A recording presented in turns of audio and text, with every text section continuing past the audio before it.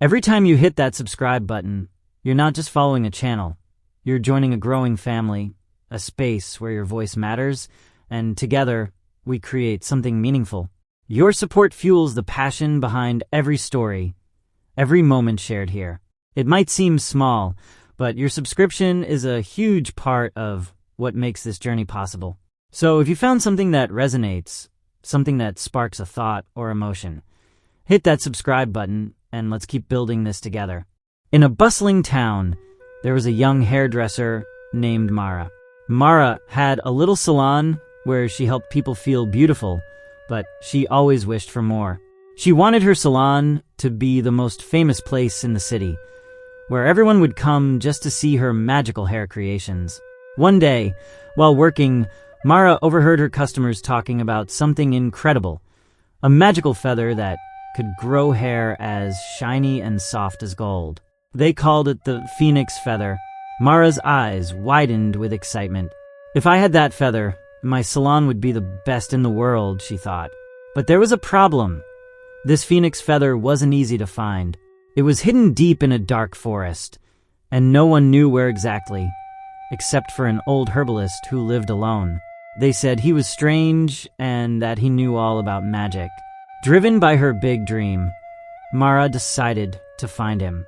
She walked for hours through the tall, dark trees until she reached his tiny hut. The herbalist looked at her with wise, kind eyes. He knew why she was there before she even spoke. "You want the phoenix feather, don't you?"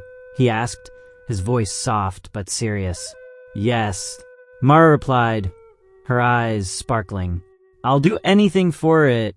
The herbalist warned her, "The feather is powerful, but it comes with a promise. You must return it by the next full moon, or else something very bad will happen to you." Mara didn't listen carefully to the warning. All she could think about was how many people would come to her salon once she had the feather. She agreed to the promise, and the herbalist handed her a small, beautiful feather that shimmered with all the colors of a sunset. Mara hurried back to town, her heart racing with excitement. She held the feather tightly, dreaming of the day when her name would be known by everyone in the city. Little did she know, her wish for fame would soon come at a very high cost. Mara returned to her little salon, her heart filled with joy. She carefully placed the phoenix feather on her counter, its colors sparkling in the sunlight. Soon, everyone in town heard about the magical feather.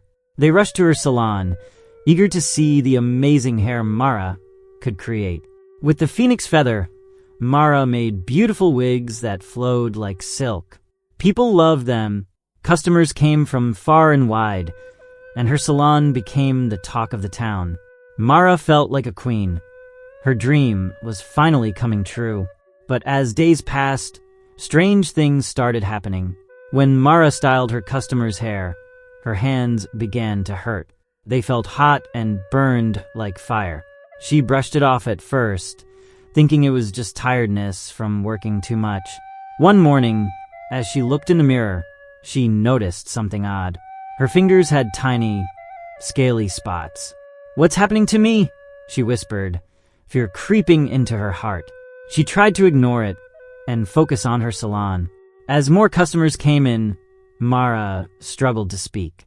Her voice grew hoarse, and she found it harder to call out for help. People looked at her strangely, whispering, "What's wrong with Mara? Why is she acting so strange?"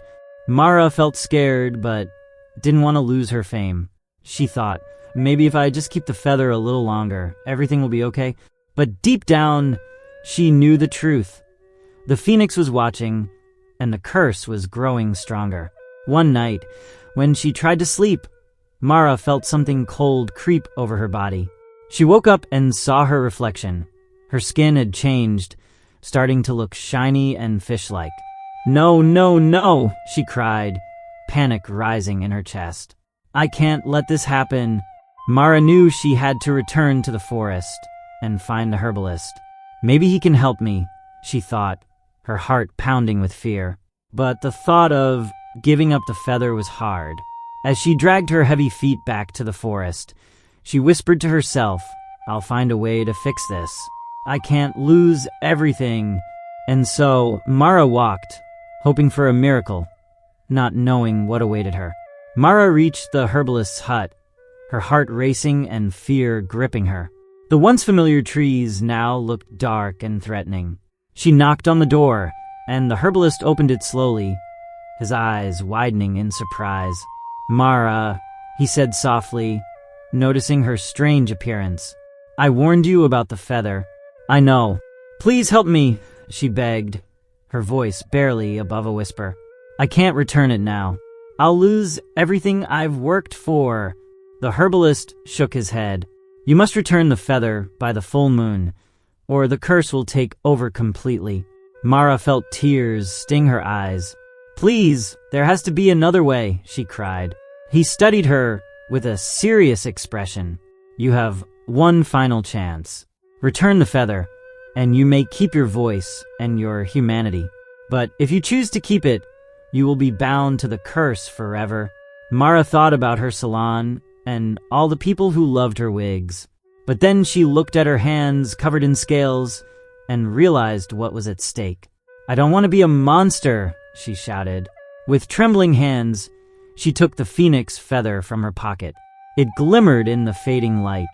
"I'll return it," she decided, feeling the weight of her choice. But as she turned to leave, greed whispered in her mind. "What if you kept just a little of the feather? You can still be famous." Mara hesitated. She thought about her dreams, about the fame she had always wanted. But then she remembered her hands, her lost voice, and how she felt more like a creature of the sea than a hairdresser.